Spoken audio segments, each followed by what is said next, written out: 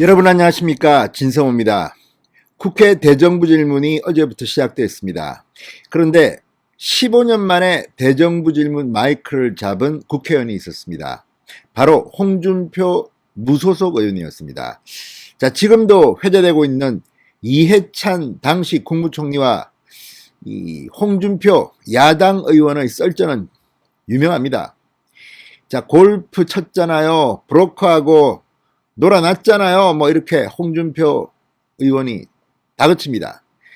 이해찬 총리 물러서지 않습니다. 브로커하고 놀아난 적 없어요. 놀아놨잖아요. 골프 치고. 언제 놀아났어요? 아무튼 지금도 그 짤은 계속 퍼질 만큼 홍준표와 이해찬 핏대와 핏대가 부딪히는 그런 명령상이었습니다. 그런데 15년이라는 세월이 흘렀습니다. 그동안 홍준표 의원은 대정부 질문을 하지 않았습니다. 이것도 좀 이상합니다. 아니, 중진이 된다고 해서 대정부 질문을 안 하는 것은 아닌데 정말 15년 동안 조용히 지냈습니다.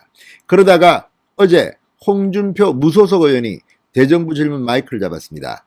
이해찬에서 정세균으로 상대가 바뀌었습니다.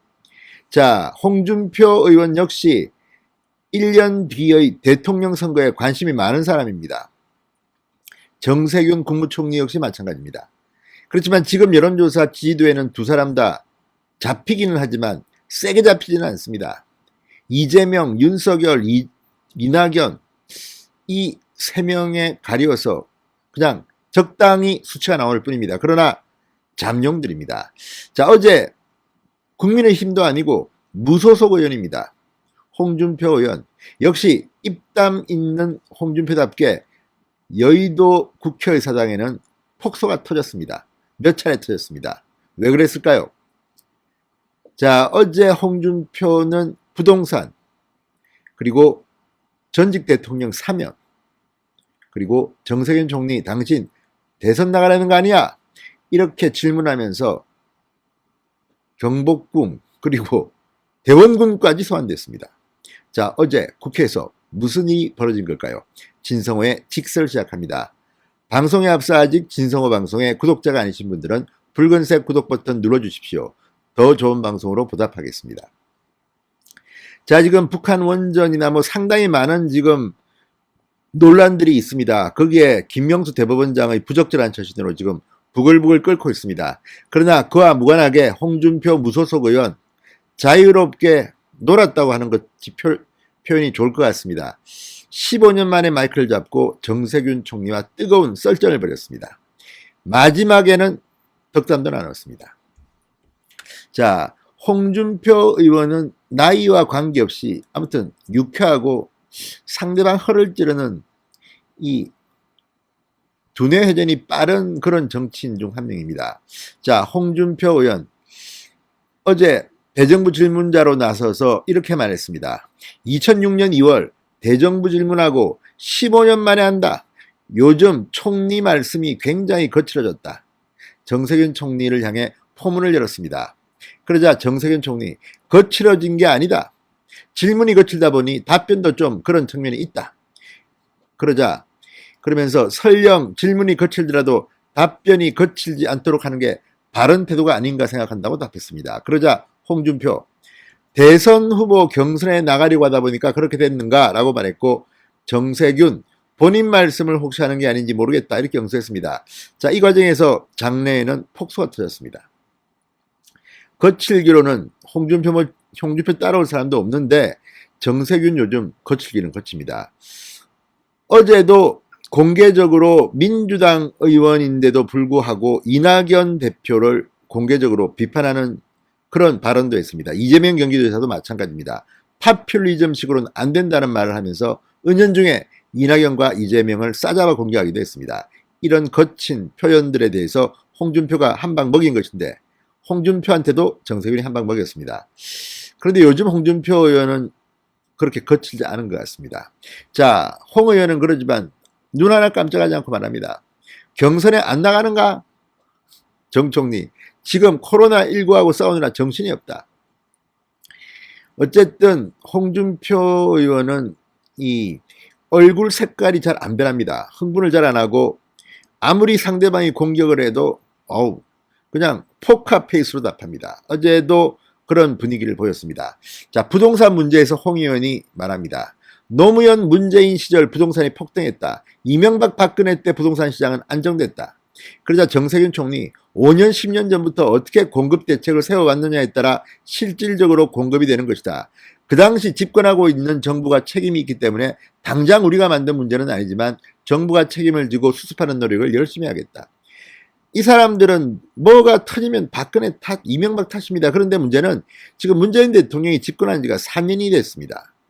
그런데도 이런 발언을 하는 걸 보면 도대체 이 좌파의 본색이 뭔지 변명하고 둘러대고 정치공학적으로만 응수하는지 이런 의문이 듭니다. 자, 그러자 홍준표 의원 가만히 있지 않습니다. 경복궁이 무너지면 흥선대원군 탓하면 되겠다 이렇게 웃었습니다. 정세균, 대원군은 너무 기간이 길다. 수년 전에 공급계획 세워놓은 게 지금 실제로 공급되는 게 사실 아니냐 이렇게 응답했습니다. 자, 이 홍준표, 정세균 둘 다 대권에 꿈이 있는 사람들이기 때문에 이렇게 붙은 건데 이런 것들을 보면 다 떠나서 여야를 떠나서 대정부 질문을 보면 맛이 좀 이런 거 아닙니까? 그런데 최근에 대정부 질문은 과거처럼 그렇게 감동도 없고 재미도 없는 것 같습니다. 오랜만에 15년 만에 마이크를 잡은 홍준표가 정세균 총리와 재밌는 썰전을 벌이고 있습니다. 자, 그리고 이낙연 대표를 의식해서인지 또 홍준표 의원 또 한마디 꺼냅니다. 자, 문재인 대통령이 말한 진정한 국민통합은 이명박 박근혜 전 대통령의 석방이다. 3인을 촉구했습니다. 자, 통합은 반대편이라 하는 거다. 전직 대통령들을 석방하지 않고 국민통합을 어떻게 말할 수 있나? 그러자 정세균 총리, 그 문제는 국민의 공감이 필요하다. 사면권은 물론 대통령 권한이기 때문에 총리가 이래라 저래라 할 수 있는 상황은 아니지만 제게 얘기하라고 한다면 국민적 동의가 선행되지 않으면 실행하기가 참 쉽지 않다고 생각한다.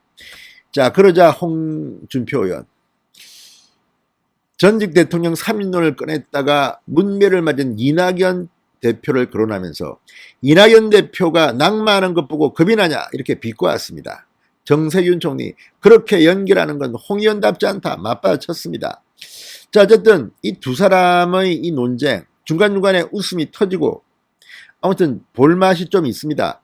자, 지금 대한민국의 국회의원들 개인적으로는 그런 생각이 듭니다. 여야를 막론하고 특히 민주당은 180명 가까이 들어왔는데 도대체 국회의원 자질을 갖고 있는지 국회의원이라는 존재감이 있는지를 모르겠습니다. 어떻게 저런 사람들이 배지 달고 저기 다니는지.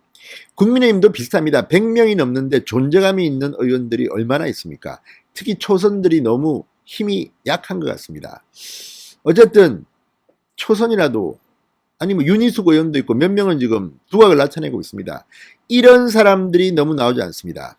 대정부 질문 정말 장을 펴준 거 아닙니까? 홍준표 의원 나이나 경륜이나 15년 만에 마이크를 잡았는데도 이렇게 화끈한 썰전을 벌입니다. 여야할 것 없이 좀 더 분발했으면 좋겠습니다. 진성호의 직설이었습니다. 여러분 감사합니다.